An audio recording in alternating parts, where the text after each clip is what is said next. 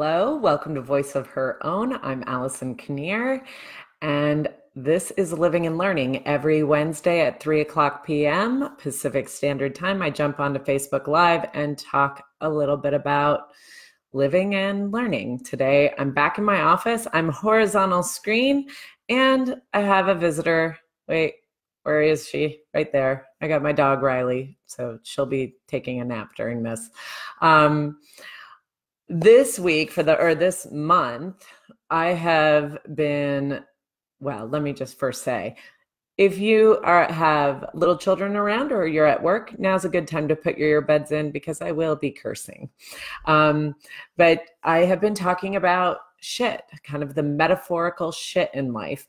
And today I am going to be talking about toxic shit.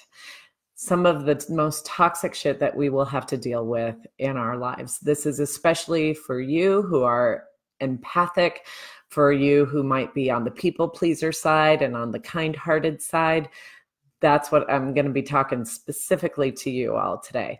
And I put myself in that bucket as well. But before I do, I just want to make an announcement. I am making so much content for Boundaries for the Holidays. This is for you if you struggle with boundaries, if you struggle with doing everything for everyone and just having the crumbs afterwards, if you find yourself struggling with resentment, or if you have a riff with a family member that you're just so sick and tired of being sick and tired of that relationship. It starts October 14th. It's a webinar, so it doesn't matter where you're tuning in across the world. It is there and available for you. It's $250. I'm making it a steal of a deal because it's the holidays and we're all spending money at this time anyway. So I wanted to make it super affordable, and it's my first webinar. So I feel like it's a gift for me and it's a gift for you. So check it out. I'll put a link down below. But let's start by talking about toxic shit because it happens. One of the things that I've really been present to, it's been showing up in my life in some basically friends and acquaintance settings. It's been showing up all around me that I can see in some of our prominent figures right now. And it's just been something that's been heavy on my mind and heavy on my heart, which is this dynamic between empaths and narcissists, or rather this kind of power over, power under relationship. And it can be really subtle. It can be really, it can kind of throw you off. And I notice this in my clients as well. I hear them sharing dynamics where they're maybe in a relationship with someone and something's not exactly sitting right with them. And I want to just explore this because there's some really toxic shit that can come into our lives, not necessarily because we invite it, not because we want to have that toxic shit in our lives, but rather because people sometimes exploit us, especially if we are kind-hearted, especially if we are someone who likes to give to others. So let me explain. I really love seeing the best in people. That's where I love to live. That's how I like to live my life, is really seeing the best in people. I try to look for the good-hearted nature in people. I tend to be very trusting. However, that has gotten me into pickles in my professional world, as well as my personal world. When I see this happen, what I see is that, and when I've experienced it in my life, is that usually there's someone who's like really kind of confident, who has a little bit of a swagger, who has a little bit of a presence to them. And I admire that. I really respect that, and I support it. And sometimes those folks can take advantage and try to have power over someone who maybe is lacking a little confidence, who likes to give, who maybe is a people pleaser. And when I've noticed something not sitting right, when I've noticed like this dynamic, there's something about it that's a little funky and I can't quite put my finger on it. Usually that person is engaging in some kind of manipulative behavior. And I'm just going to give you I'm just going to paint a picture because I'm hearing this a lot from some of my clients. And usually it's a male-female dynamic, although that is not always the case. Women do this to men, women do this to women. It happens all over the place. But just for today, let's pretend that there is a really kind-hearted, giving woman and a man who maybe shows some behavior that is sometimes like something about that behavior, something about their behavior just doesn't sit right. Something that's not exactly lining up. And usually the woman will at some point kind of muster the courage to kind of call it out. And that is when things get really interesting. When there is a calling out of, bad behavior or just something not exactly lining up, something that feels out of integrity, something that feels out of alignment, it can be hard to put words to it because it can feel so subtle. And what usually happens is at that point, the conversation goes from, hey, I want to have a conversation. I want to have a heart-to-heart with you.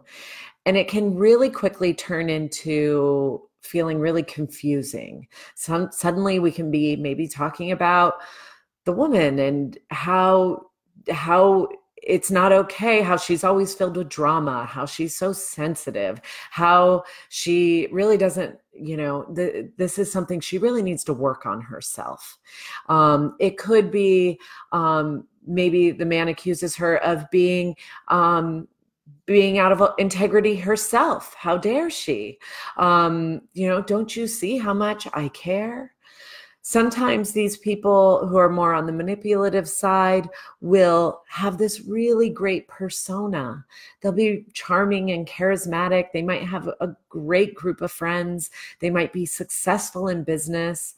And so what happens is oftentimes women are justifying it and going, oh yeah, that's right. Yeah, I do have stuff to work on. Yeah, you are really great. You are really amazing at what you do. And we can convince ourselves and kind of forget, how did we enter into this conversation in the first place? We can forget that we entered into the conversation because we're actually calling that person out on something that wasn't sitting right. And that didn't mean that you were saying they're a bad person. It doesn't mean that that you're saying that there's something wrong with them. It was just, I want to have a heart-to-heart in a conversation, but suddenly somewhere in the midst of it, it got turned around and it might be reflecting back on you.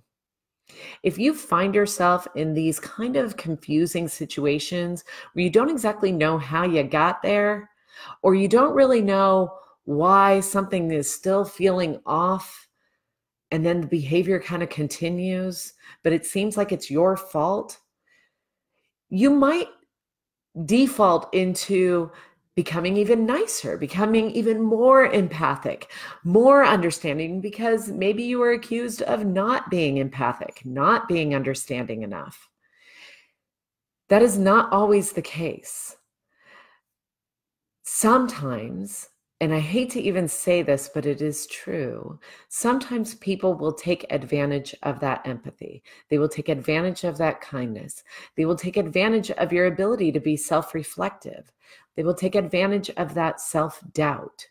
And instead of taking responsibility for their actions, somewhere in the midst of it, not in an overt way, but kind of in a sly, subtle way, they'll flip the conversation. You'll never get to deliver your point. You'll never have that heart-to-heart, or you'll be having a heart-to-heart about how you have issues.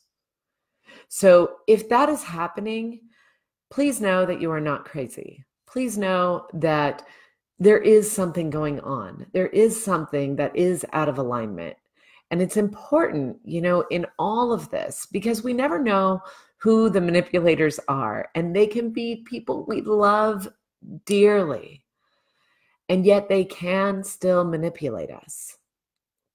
So our best defense, our best guard to this kind of manipulative behavior, whether it's intentional or not, is to get really clear in ourselves, to notice our guts, our gut instinct, to listen to our intuition and to trust it.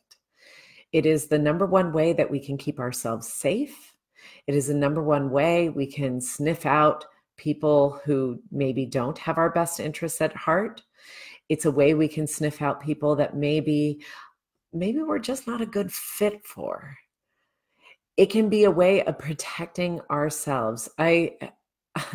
Lately, I've been talking to a couple of women who have been in relationships for decades, and they knew right from the get-go that something was off. But it took decades into their relationship to recognize the painful patterns that they were actually in, the dangerous patterns they were in. So this doesn't mean, dump them, get out of that relationship. I'm not saying that.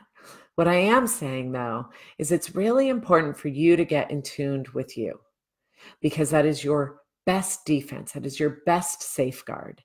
Notice your body. Notice when your gut clenches and tightens. Notice when you're getting confused. How did we get here? Get curious about that. Notice when your intuition is saying something's not right. It's important that we tune into that.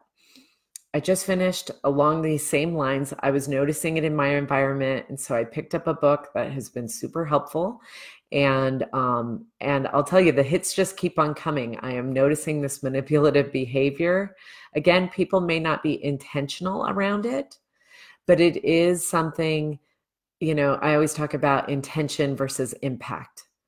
We might have the intention of being available, but the impact is that we're not available.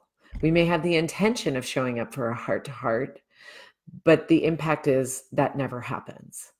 We may have the intention of owning our own responsibilities and being accountable to our behavior, but the impact is we don't do that. So we have to kind of weed out what someone's good-natured intention is, or what the nature of them as humans are, and to really get clear about their behavior. And I wanted to share a resource that might be helpful if you're interested. It's called In Sheep's Clothing, Understanding and Dealing with Manipulative People. Again, this book, what's interesting about this book is it doesn't talk about people who are obviously manipulative. It points out behaviors and patterns of people who are slyly manipulative, just under the radar, subtle. There's no proof. You can't prove it. You can't call them on their behavior. And they will ask you. They will say, tell me exactly what I said. Tell me exactly what I did wrong. Tell me exactly. And you won't be able to, because it's subtle. It's under the radar. This is a great book for that. Now, I will tell you, because I'm a little bit of a language snob when I read books, it's got a lot of typos. It just does. And it drives me a little bit crazy as I was reading it. But the content is so good, I recommend it anyway, despite the typos. But if you are someone who, like me, gets really annoyed with typos and you kind of want to toss the book aside because it's not written as well as you would like, hang in there, just read the content. The last few chapters are really important about how you can safeguard yourself and how you can look for these behaviors.